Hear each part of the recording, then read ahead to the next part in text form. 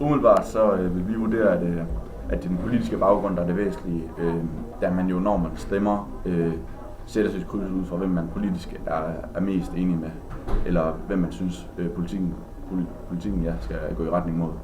Men de personlige årsager kan selvfølgelig også spille ind.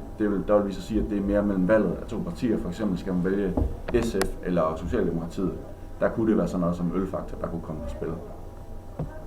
Yes.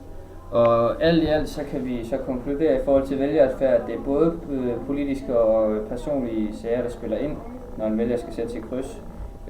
Dog, som sagt før, er det nok de politiske sager, der er vigtigst, når man i hvert fald skal vælge område. Og så kan den personlige faktor spille ind, når det handler om meget ens partier.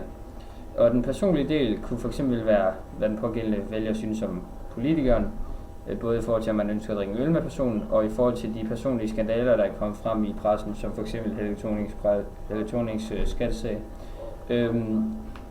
Den politiske grund kunne være noget i forhold til den slingrende kurs, og hvordan partiet agerer, om det agerer meget populistisk eller visionsdrevet, altså om det fokuserer på partiets egen holdning og vælger at argumentere for den, eller om det fokuserer på befolkningens holdning. Ja, og som sagt før, så kan den personlige årsag spille ind, hvis man skal vælge mellem to partier, der minder om hinanden. Ydermere skal jeg sige, at den her middelklasse har betydet, at vælgeradfærd er meget, og politikernes måde at agere på er meget anderledes end tidligere, fordi man er nødt til at fokusere på andre ting i sociale lag. Det kunne være for eksempel bestemte issues, og så tage holdning til dem.